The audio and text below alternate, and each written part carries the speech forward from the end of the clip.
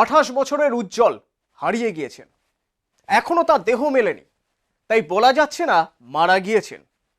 4 বন্ধু আর কাকার সঙ্গে গঙ্গা স্নানে গিয়েছিলেন।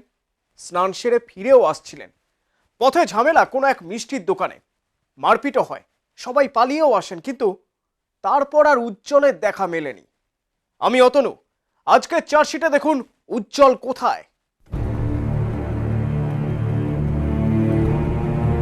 30 মে 2017 মঙ্গলবার। সেদিন হঠাৎ হুজুগ, যেমন হয় মাঝে মাঝে। 30-এর সকালে তেমনই হঠাৎ হুজুগ, গঙ্গা স্নান করতে হবে। যেমন প্ল্যান তেমন কাজ। জামাইবাবু আর নিজের 4 বন্ধুর সঙ্গে বেরিয়ে পড়েছিল উজ্জ্বল ঘোষ। বয়স বছর 28, রানাঘাটের সন্ন্যাসী বাজার এলাকার বাসিন্দা। কিন্তু রানাঘাটে তো গঙ্গা নেই, তাহলে উপায়? চলো বলাগড়। যেমন যায় প্রায়। রানাঘাট থেকে বলাগড়ের দূরত্ব কম বেশি 18 কিলোমিটার। সময় লাগে ঘন্টা দেড়েকের কিছু বেশি। বেলা 12টায় রানাঘাট থেকে বেরিয়ে বেলা 2টোর মধ্যে বলাগড় পৌঁছেছিল উজ্জ্বলরা। দলে 6 জন, 3টে বাইক, উজ্জ্বল, তার 4 বন্ধু আর তার জামাইবাবু। কজন মিলে গিয়েছিলেন স্নান করতে? 6 জন। কোথায় গিয়েছিলেন? বলাগড় গঙ্গায়। কটার সময় পৌঁছালেন? ওখানে গিয়ে 2টোর সময় গেছিলাম ওখানে স্নান করতে। তো আমরা 5:45টার দিকে বা 5টার দিকে ফিরছিলাম। আচ্ছা, স্নান করে? আচ্ছা, কিসে করে গেছিলেন? বাইকে। 6 তরুণ গঙ্গা স্নানে পুণ্য টুণ্য করতে যায়নি নিশ্চিত, গেছে হুল্লোড় করতে। কিছুটা মস্তি, অনেকটাই বাঁধন ছাড়া। হুল্লোড় মস্তিতে একটু মদ্যপান হবে না, তাকে হয়। যদিও এখন কেউই স্বীকার করছেন না এই মদ্যপানের কথা, একমাত্র নান্টু দেবনাথ ছাড়া। ওখানে দুটোর সময় পৌঁছালেন। কতক্ষণ স্নান করলেন? স্নান করে খাওয়া দাওয়া করেছি, খাওয়া দাওয়া করে ওরা স্নান করেছে, আমি স্নান করি। কি খেলেন? এটা একটু বলা যাবে? ড্রিঙ্কস করেছিলাম। আপনারা ওখানে ড্রিঙ্কস করেছিলেন? বিকেল 5:30টার সময় স্নান হুল্লোড় সেরে ঘরে ফেরার পথ ধরে 6 জনের এই দল। সে সময় সাহেবডাঙ্গার বাজারে একটা দোকানে মিষ্টি কেনার জন্য ঢোকে উজ্জ্বল আর রঞ্জিত। সেখানে দোকানে বসা একজনের সঙ্গে বচসা।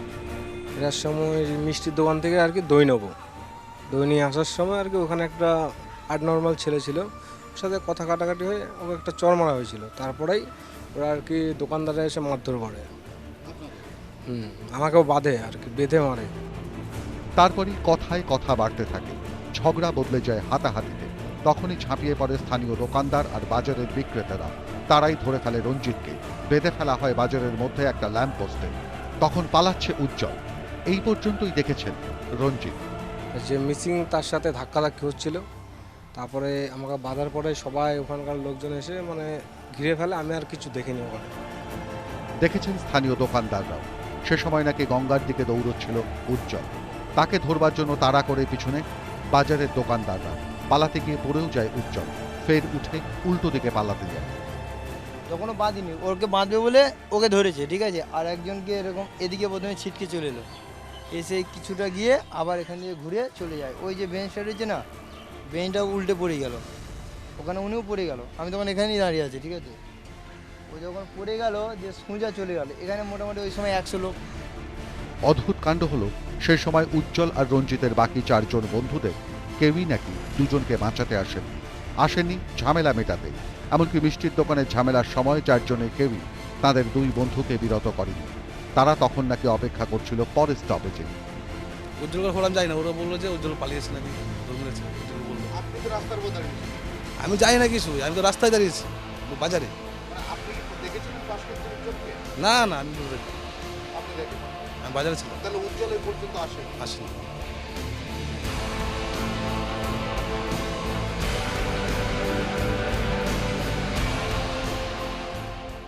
দোকানদাররা দেখেছেন গন্ডগোল হচ্ছে, অনেকে সামনে আসেননি। আর যারা এসেছিলেন তারা মারতেই এসেছিলেন।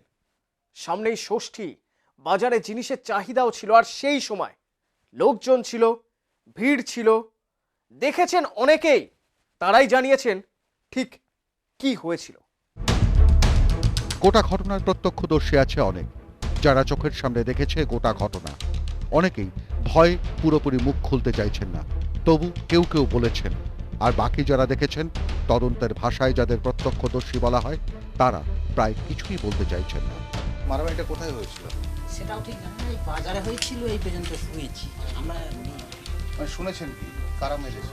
সেটাও কিছু জানি না আমরা তো, যে এখানে একটা গন্ডগোল হয়েছে এরকম ভাবে কি আর। আচ্ছা, তাছাড়া কিছু আমরা জানি না। যারা এসেছিল তারা তো বাইরে ছিল সব। সেটাও বলছে যে বাইরে বাইরে, কিন্তু সেটা আমরা সঠিক জানি না। এরপর পরেশ মণ্ডল, যার দোকানের সামনে রাখা বেঞ্চিতে ধাক্কা খেয়ে হুমড়ি খেয়ে পড়ে গিয়েছিল উজ্জ্বল, ফের উঠে দৌড়েছিল প্রাণে বাঁচতে। তিনি নাকি কিছুই দেখেন। যে ছেলেটা হারিয়ে গেছে, সে ছেলেটা গেল কোথায়? আমি ওইটাই তো চিন্তা করছি, গেল কোথায়। সে তো বাড়ি পৌঁছায়নি। না, এখনো তো আজকে ধর প্রায় 1 মাস হয়ে গেল, এখনো বাড়ি পৌঁছায়নি। হ্যাঁ, আপনার এই দোকানের কাছে এলো, বেঞ্চে হুচুট খেয়ে পড়ে গেল সেদিন। আমার এখানে না, তবে আমার এখানে কোনো পড়িনি। না না, হুচুট খেয়ে এইখানে পড়ে গেছিলেন ছেলেটা, আবার এইখান থেকে ঘুরে ওই দিকে চলে গেছিল। আমি ধরেন দোকান ছিল, আমি কোথাও যাই না দোকানের মধ্যে। হয় ভয় নয় ভক্তিতে মুখ খুলছেন না দোকানিরা। ইতিমধ্যেই গ্রেফতার করা হয়েছে 3 জনকে। তারা হলেন বাপি হালদার, কার্তিক চৌধুরী, অক্ষয় ঘোষ। এখনো পলাতক 3 জন মূল অভিযুক্ত। শোনা যাচ্ছে তারা কেউ পালিয়েছে চেন্নাই, কেউ বা মুম্বাই, কেউ বা দিল্লিতে। যেই দোকানে ঝামেলা, সেই দোকান এখন বন্ধ, শাটার নামানো। সামনে দাঁড়িয়ে যারা দেখেছেন সেই মারামারি, তাদের মুখে কুলু।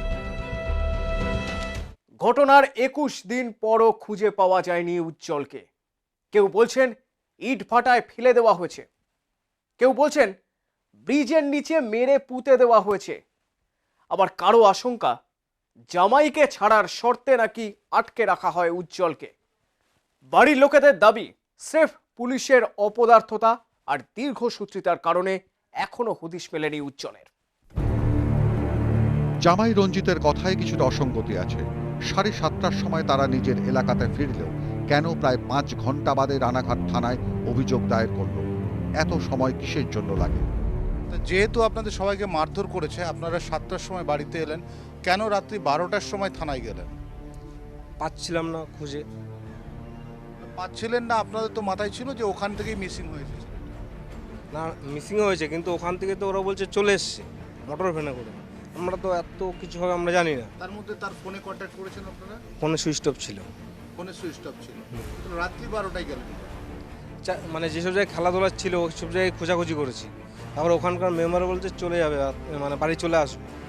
আমরা ভেবেছি হয়তো চলে আসবে। তারপরে আমরা মানে যেসব জায়গায় খেলাধুলা ছিল যেখানে গেলাম, নাইটে আর কি খেলাধুলা যেখানে ছিল ওখানে কেউ পাইনি। তারপরে দেখছি রাত হয়ে যাচ্ছে, তখন থানায় গেছি। উজ্জ্বলের বাড়ির লোকজনরাও একই কথা বলছেন। তাদের আঙুলও পুলিশের দিকে। 2 জন সিভিল পুলিশ সেদিন ঘটনার সাক্ষী ছিলেন। একজন রঞ্জিতকে বাঁচিয়েছেন, অন্যজন ডিউটি দেখিয়ে পালিয়ে গিয়েছেন ঘাটের দিকে। তাদেরকে কেন জিজ্ঞাসাবাদ করা হচ্ছে না? কেন ঘটনার পরদিন জলে ডোবা দেহ দেখানো হলো উজ্জ্বলের মা বাবাকে? আপনাকে একটা দেহ দেখানো হয়েছিল, সেটা দেখে কি মনে হয়? না, সেটা আমার ছেলে নয়। আপনি শিওর? শিওর কল্যাণী তো? না না, ওটা আমার না। এটাই মূল কথা। কেন পুলিশ এখনো বাকি 3 জনকে গ্রেফতার করতে পারছে না? কেন গ্রেফতার করা 3 জনের কাছ থেকে নতুন কোনো তথ্য মিলছে না? যাদের নির্দেশে স্থানীয় পুলিশ চলে, তাদের কি কেউ যুক্ত এই ঘটনার সঙ্গে? পিটিয়ে খুন করা হলেও উজ্জ্বলের দেহ কোথায়? মারের ভয় বা পালাতে গিয়েও হার্ট অ্যাটাক হলে দেহ কই? আর যদি আটকে রাখা হয়, 21-22 দিন আটকে রাখার রিস্ক একদল অপরাধী কেন নেবে? কেন কোনো ফোন আসবে না বাড়িতে? এমন হাজারো প্রশ্ন। কোথায় উজ্জ্বল? কেন এখনো হদিশ মিলছে না তার? কোথায় উজ্জ্বল কেউ জানেন না। এমনকি যার তদন্ত করে দেখার কথা সেই পুলিশের বিরুদ্ধে উঠছে আঙুল। তাদের অপদার্থতার কারণেই অধরা বাকি 3 জন অপরাধী। তারা ইতিমধ্যেই রাজ্য ছেড়ে পালিয়ে গিয়েছে। আর যে 4 জনকে গ্রেপ্তার করা হয়েছে তাদের কাছ থেকেও কোনো তথ্য পায়নি রানাঘাট থানার পুলিশ। কতটা বিশ্বাসযোগ্য আপনারাই বিচার করুন। সোম থেকে শুক্র আমি অতনু থাকবো আপনাদের সঙ্গে নতুন ফরম্যাটের চার্জশিটে। কেমন লাগছে চার্জশিট জানান, মেল করুন p18chargesheet@nw18.com অথবা ফোন করুন 033616566999 এই নাম্বারে। জানান আপনার এলাকার সেই বিপজ্জনক অভিজ্ঞতা যেগুলো চার্জশিটের হতে পারে। Take care.